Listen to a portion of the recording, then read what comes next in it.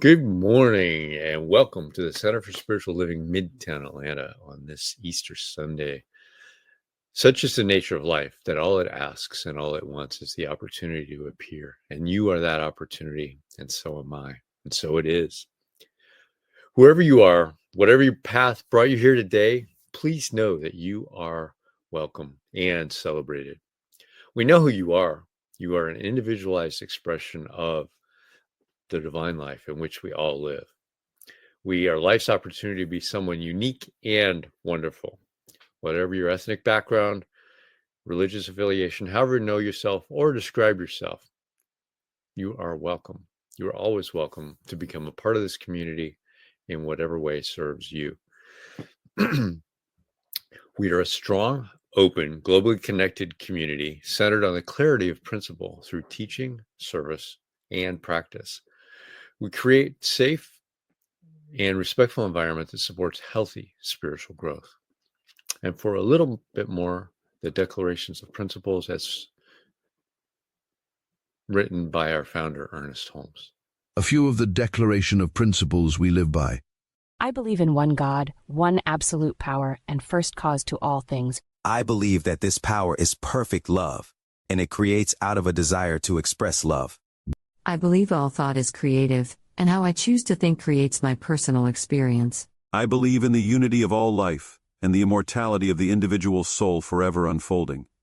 I believe in the eternal goodness, the eternal loving kindness, and the eternal givingness of God to all. And so it is. So grateful,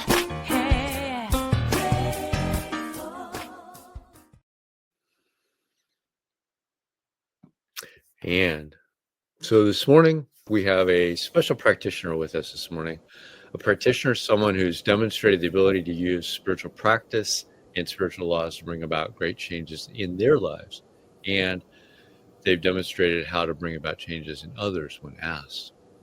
Becky Fox is an artist, graphic designer, facilitator, teacher, and spiritual coach who specializes in empowering others to create a life that is fulfilling and meaning. Becky is a licensed practitioner emeritus with the Centers for Spiritual Living and trained in assisting others to make changes in their lives by making changes in their thinking. So welcome, Becky. Thank you. It's great to be here again.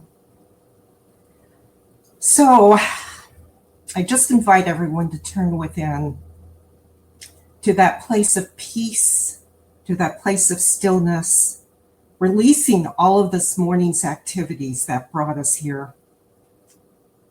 And so I'm knowing that there is one life, ever present, ever loving, ever renewing. It is this eternal source that moves in cycles of creation, growth, release, and rebirth. This presence is the spirit of life itself, vibrant, creative, intelligent, and whole. It knows no limitation, only the constant unfolding of new beginnings and infinite possibilities. I'm knowing that I am one with this infinite presence. The life of God is my life right now. I live, move, and have my being in this divine power. And just as this is true for me, I am knowing this truth for every soul in this beloved congregation. We are each individual expressions of this one power, woven from the same sacred essence. And so from this heart space of oneness, I affirm a holy renewal within this community and for Reverend Dr. Ron as he shares his message with us today. Right here, right now, each of us is resurrected in consciousness, lifted from old patterns, stagnant energy, and worn out stories into new ways of seeing, being, and becoming. I'm knowing that at this moment right now, a divine movement is taking place. Dormant dreams are awakening. Hearts are being refreshed. Visions are being reborn. Creativity flows easily, effortlessly, and joy expand in our hearts. In the season of transformation, we are releasing the past with grace and opening fully into the now. This congregation rises into its next expression, vibrant, alive, and divinely guided.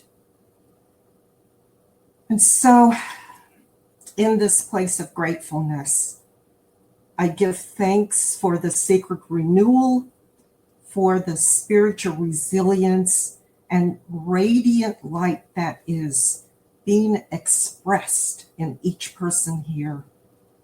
I celebrate the unfolding of new life, new light, and new possibilities. Thank you, Spirit, for this holy resurrection that's happening right now within this beloved community. And so with trust and love in this infinite power, I release this word into the law, knowing that it's already fulfilled and it is done. I let it be. I let it become. And so it is. It's my pleasure to introduce our speaker today. Reverend Ron Fox has been a motivational speaker and workshop facilitator for over 25 years. He has a long, successful career as a human resources executive, working for such companies as General Foods, GlaxoSmithKline, Unum, and Mattel Toys. Ron also operated a successful search firm in Southern California. Dr. Ron is an ordained minister with the Centers for Spiritual Living. He's a gifted speaker and published author. His inspirational style, coupled with a keen sense of humor, makes him a favorite with audiences everywhere and with us. In 2018, the Centers for Spiritual Living honored him by designating Doctor of Divinity, and in 2019, he was awarded the Meritorious Minister Award for Outstanding Service. He lives in Port St. John, Florida, with his wife, Becky, which we met earlier. Welcome, Reverend Dr. Ron. Good morning. It's really great to be back here. I always love coming here. So I think you saw that my title is A New Way of Being. And I want to begin with a quote from Eric Butterworth, who was the late Eric Butterworth, who was a unity minister, and I think in our time, the best New Thought teacher that I've ever read. And Eric wrote, Easter is a time to take a new look at ourselves and contemplate the divinity in us and the depths of our own God potential. It is a time to reappraise the principle that makes all overcoming possible. He's saying to us that each of us has that God potential within us right here and right now. And that's why in New Thought, we teach that Jesus was the great example rather than the great exception. And probably most of you have heard that, but kind of I'll review it. The reason we don't say Jesus was the great exception is because if we say that, all we could do is kind of stand back and look in wonder and awe at all he did and say, isn't that fabulous? But if we say Jesus was the great example, we can still look at the work that he did with awe and just appreciate it. But we can also say, I can do that or come close to it. I can live a Jesus-like life. And Meister Eckhart was a Christian mystic who lived from 1260 to 1328. And he wrote something very close to what Butterworth said, different words, but same meaning. Let me tell you what he wrote. He said, "What good is it to me if this eternal birth of the divine Son takes place unceasingly, but it does not take place within myself?"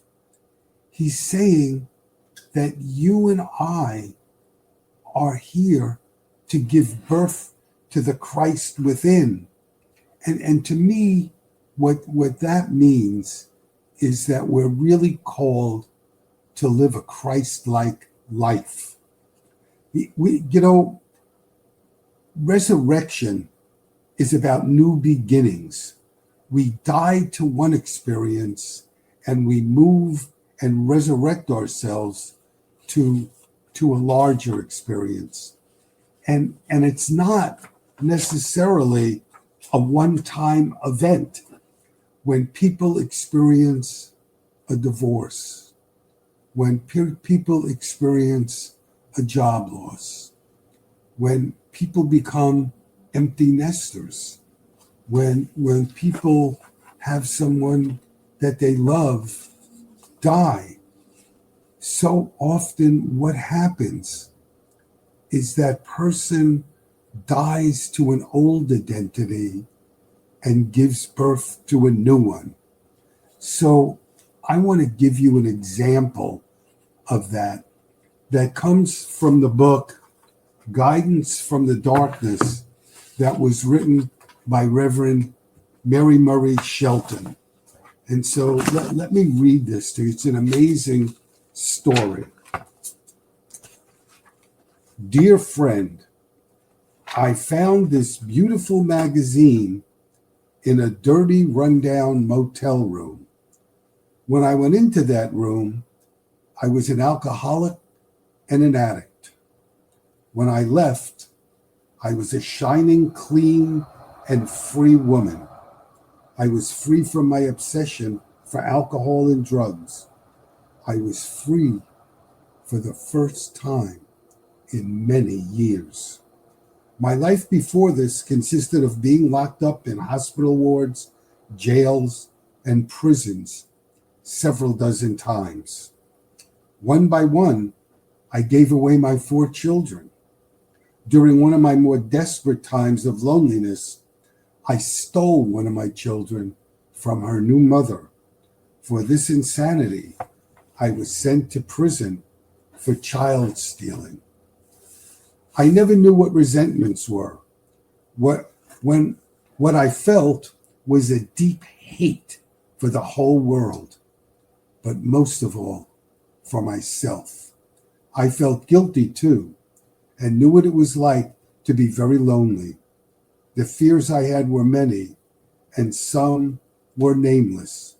I made several attempts at suicide.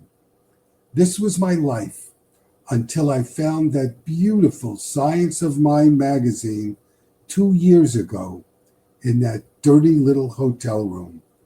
I read the words that told me God's dwelling place is within man, that if I would still my thoughts, I could realize his presence. My friend, can you understand what those words meant to me when I had given up the desire to live? Those words made me realize that God and I had never been separated, that we would never be apart in this world or any other world. I felt fear leave me. What a great stillness surrounded me. A river of peace flowed through me, and streams of light broke through the darkness and shone through me.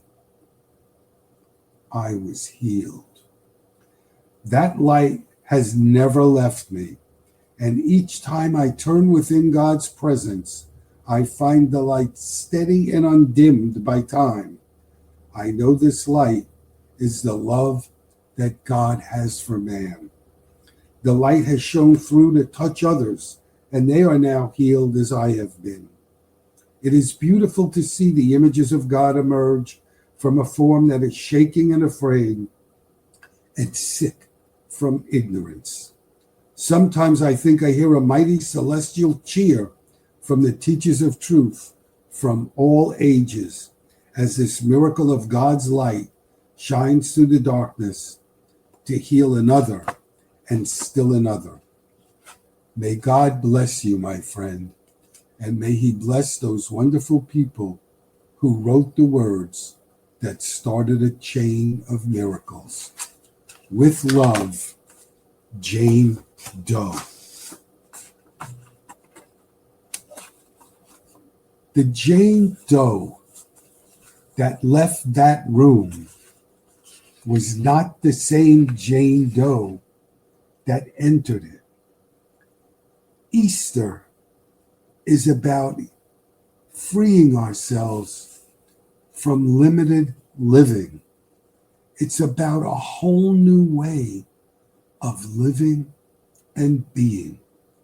It's waking up to who we are and asking the questions,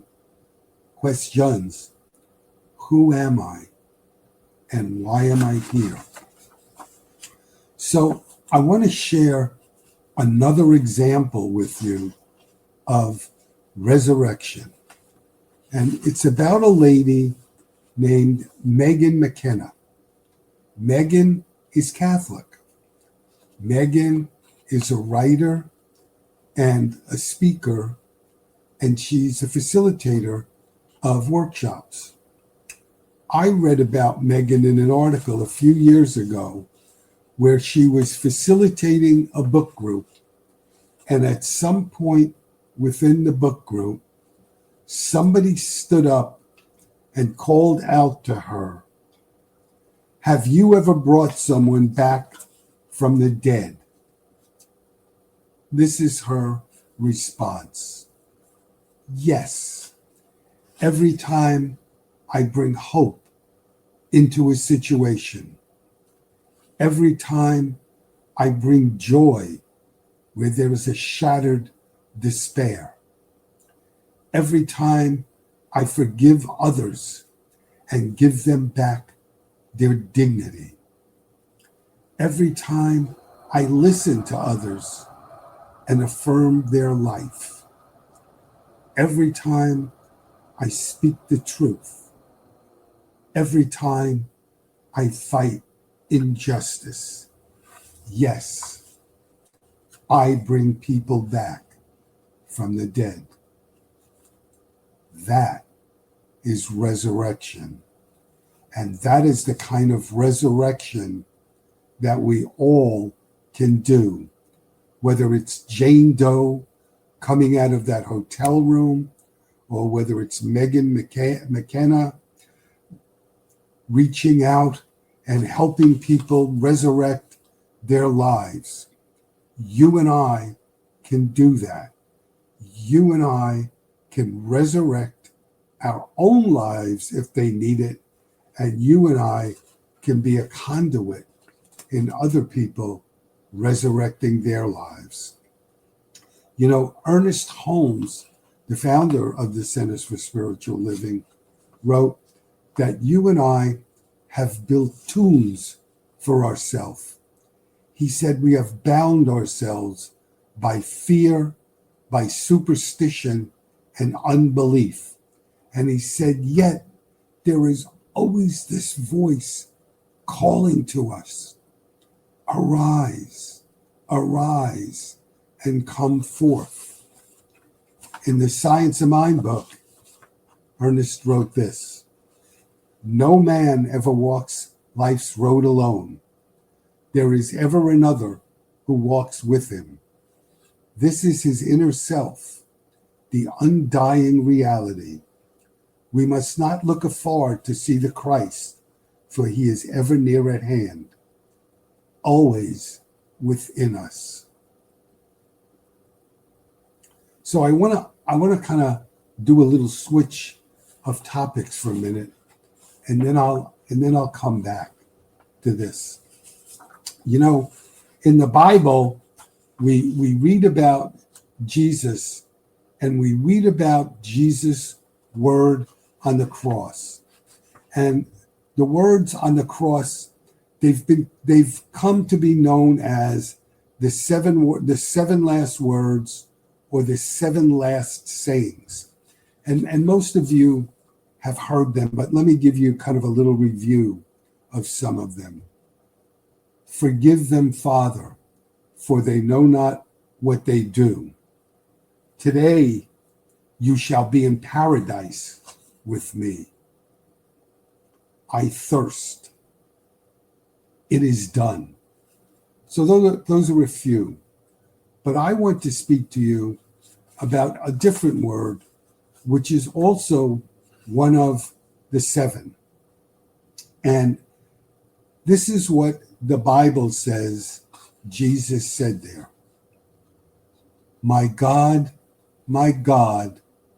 why have you forsaken me? My God, why have you forsaken me? There are a lot of Bible scholars in today's world that think that that's not a good translation. In fact, many of them think it's a very poor translation. One expert that I read said, the Jesus I know would never have said that. So you can ask, what's a better translation? And here's what a lot of the scholars call a better translation. My God, it is for this purpose I have come. My God, it is for this purpose I have come. Big difference, huh? Isn't there a big difference? So what is the purpose? What's the purpose that Jesus came here for? And I think it's the same purpose that you and I are here for. And that is simply to recognize and actualize the divinity that is within each one of us and to live it. You know, when I was in the School of Ministry, I did a report on a rabbi named Abraham Joshua Heschel. And I want to read something that Rabbi Heschel wrote. He said, in the eyes of the world, I may be average, but in my own heart, I am of great moment. The challenge I face is how to actualize, how to concretize the quiet eminence of my own being. And to me, when I read that, when he speaks about to actualize the quiet eminence of his own being, I read that as to actualize and concretize the life within, the Christ within, and to actually step forward and live it. You and I can create the life that we choose to live. And so the true message of today is to roll away the stone of lack, to roll away the stone of limitation, to roll away the stone that says you can't live the dream you choose to live, to roll away the stone that says you're not enough, to roll away the stone that says you are not smart enough. That is what I believe is the purpose Jesus came for. And that's what I believe is the purpose that you and I are here for. You know, when Jesus was at his friend Lazarus's grave, he did not ask God to roll away the stone, because God doesn't do that. Maybe even God can't do that. That's your job, and that's my job, to roll away those stones. We need to roll away any of the obstacles that are barriers that keep us from having the life of spirit flow through us. And we can do that because, as Holmes reminded us, we never walk this path alone. No matter how difficult life gets, no matter how sad we may feel, no matter what is showing up in our life, we are never alone. Another walks with us, and that other is that divine presence, that Christ within us. So I want to share with you another quote. This one is from Albert Camus that kind of goes along exactly with what I just said. He said, "In the midst of hate, I found there was within me an invincible love. In the midst of tears, I found there was within me an invincible smile. In the midst of chaos, I found there was within me an invincible calm. I realized through it all that in the midst of winter, I found there was within me an invincible summer. And that makes me happy. For it says, no matter how hard the world pushes against me, within me, there's something stronger, something better, pushing right back. And you and I know that something stronger and something better is the Christ within. So a while back, I read an article by a married couple named Frederick and Mary Ann Broussat.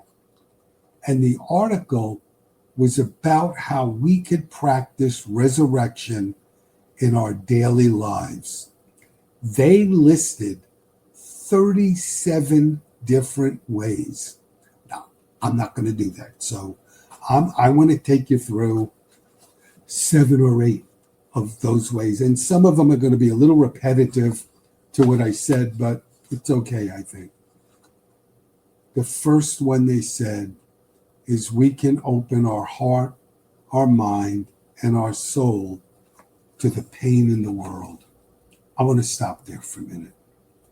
We can open up our heart, our mind, and our soul to the pain in the world. And we all know right now in the world and in this country, there is a lot of pain. People are hurting. No matter what side of the political spectrum you're on, people are hurting. And they're telling us we can open our heart to it. We cannot turn away from it. We can be the spiritual guides that open ourselves to that. They also said we can live in the present moment where God is. We can pray for other people. They said when you forgive, a resurrection is in the making. Sounds familiar, right? When you bring hope to someone in despair, a resurrection is in the making. When you bring joy to those around you, a resurrection is in the making. When you work for justice, freedom, and equality, a resurrection is in the making. I'm going to read that one again. When you work for justice, freedom, and equality, a resurrection is in the making. And when you give voice to your inner workings and desires, a resurrection is in the making. Those are things we can all do. You know, nobody is asking us to walk on water. Nobody is asking us to turn water into wine. Nobody is asking us to make a blind man see. All we are asked to do is to be kind, to be loving, to be compassionate, to not just be human, but to be humane. We all can do that. It's not too much. It's not a big job. You don't have to be a minister. You don't have to be a practitioner. You just have to care. I want to close with a word from somebody who is a mystic in our time, who wrote the moments of high resolve. Keep fresh before me the moments of high resolve. Despite the dullness and barrenness of the days that pass, if I search with due diligence, I can always find a deposit left by some former radiance. But I had forgotten. At the time, it was full-orbed, glorious and resplendent. I was sure that I would never forget. In the moment of its fullness, I was sure that it would illuminate my path for the rest of my journey. I had forgotten how easy it is to forget. There was no intent to betray what seemed so sure at the time. My response was whole, clean, authentic. But little by little, there crept into my life the dust and grit of the journey. Details, lower level demands, all kinds of cross currents. Nothing momentous, nothing overwhelming, nothing flagrant. If there just wear and tear, if there had been some direct challenge, a clear-cut issue, I would have fought it to the end and beyond. In the quietness of this place, surrounded by the all-pervading presence of God, my heart whispers, keep fresh before me the moments of my high resolve, that in fair weather and in foul, in good times or in tempests, in the days when the darkness and foe are nameless or familiar, I may not forget that to which my life is committed. Keep fresh before me the moments of my high resolve. God bless you. Happy Easter, and I'll see you again in a moment. Thank you, Reverend Dr. Ron. What an awesome talk this morning. So remember, each of us has that ability to resurrect in each one of us. So now I'm going to go into our New Minister Sacred Covenant prayer. If you haven't downloaded it, you can get it on cslmidtown.org. Just scroll down. There's a PDF for you to download. So I'm going to read this, and you can read it with me. There is only one life. This life is good. This life is God. This life is my life now. In knowing that I am one with this life, that is God, I therefore know that I am one with all of its blessed expressions, which includes the presence of a new minister for my beloved spiritual community. Because I know that the highest purpose of my new minister is to express spirit, I therefore know that my new minister is a revelation of spirit as principle.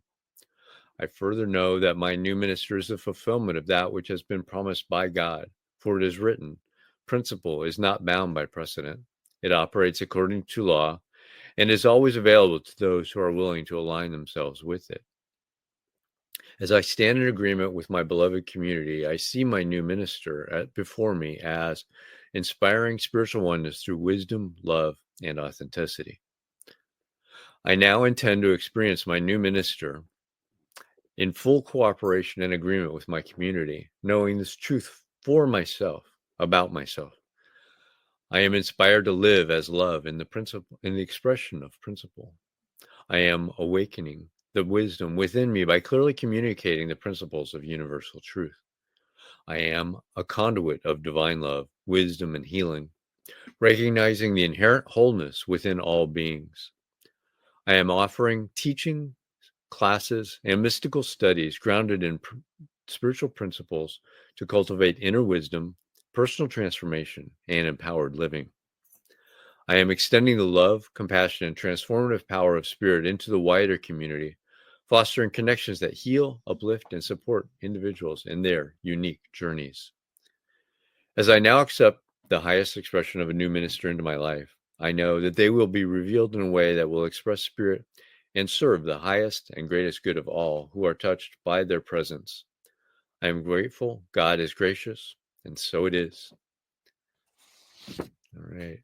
And now it's time for our prosperous giving.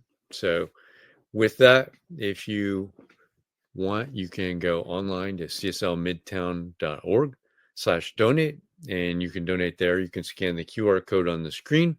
It will take you to the same place. You can do a one-time donation or set up an ongoing giving donation, which is one of the things we need to attract a new minister. So keep that in mind. Say with me our affirmation of prosperity. I live in a universe of abundance. As I freely and joyfully give, I join in the divine flow, and all that I share with life returns to me multiplied abundantly. And so it is. So I got a few announcements. Right after this, you can join us on Zoom, cslmidtown.org. Scroll down to the Zoom, and we can have a discussion with Reverend Ron and Becky. And next week, we've got Miss Nerissa Street, who's going to be talking about embracing the power of regenerativity. Sunday mornings at 10 a.m., there's a discussion group, which you can join. They're going over the Science of Mind textbook. You don't necessarily have to have read the section that they're going over this week to join in that. It's just a good discussion. And as I said before, you can download the New Minister Sacred Covenant Easy Prayer from the website. It's down about 3/4 of the way down. If you scroll down the screen, you can see that. Click and download the PDF so you can read that daily with us and bring in that new minister. And yeah, like I said, join us on Zoom after the celebration for a discussion with Reverend Ron and Becky. So now let's do our affirmation of life. I leave this place now knowing something better than I knew before. I go forth into the world with a heart full of love and a mind full of good sense. I look at the world in a greater way, knowing that I have within me everything I need to create the life I desire. I give thanks for this understanding, and I am grateful for the spirit of life that lives through me. And so it is. Have a great week, everybody. Happy Easter.